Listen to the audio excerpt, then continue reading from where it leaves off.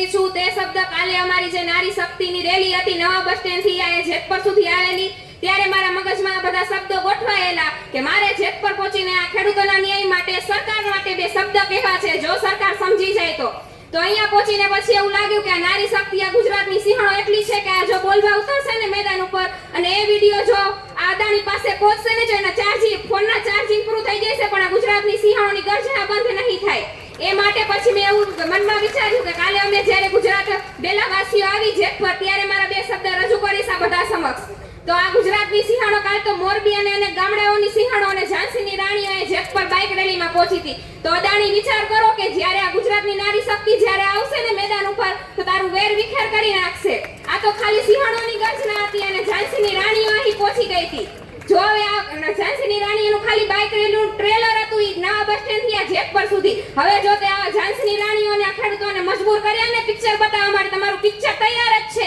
હવે મજબૂર કર્યા વિના આ ખેડૂતોને ન્યાય આપો અને અમારું પિક્ચર જો બતાવવા તમે મજબૂર કરશો ને તો એ પિક્ચર તમારા માટે બહુ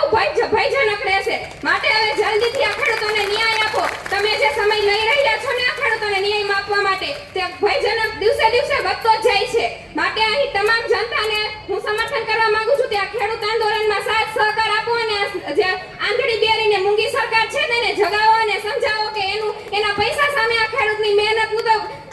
જ્યાં પૈસાની કઈ તાકાત નથી એટલી ખેડૂતો તો મહેનત કરે છે માટે એવું નથી કે આ સ્ટેજ પર આવીને ખાલી ખેડૂત જ બોલે છે અહીં તમામ વ્યક્તિ બોલે છે જે પોતે ઘરે ખેતી ન કરતા હોય કે ખેડૂતનો ઈ જ બોલી શકે એવું નથી એના ઘરમાં જે અનાજ થાય છે ત્યાં ખેડૂતોની મહેનતનું જ અનાજ થાય છે અને ઈ ખાઈને જ જીવે છે તો માટે તમામ અહીંયા ઉપસ્થિત તમામ જનોને હું કહેવા માંગુ છું કે આ ખેડૂતોને સમર્થન આપો સાથ સહકાર આપો અને જ્યાં સુધી ચાલુ રહેશે ને આંદોલન ત્યાં સુધી આપણે એમાં જોડાવાનું છે એમાંથી તૂટી જવાનું નથી અને આપણી એકતાને નાબૂદ કરવાની નથી જય જવાન જય કિસાન નારી શક્તિ જિંદાબાદ 108 વાર જય જયકાર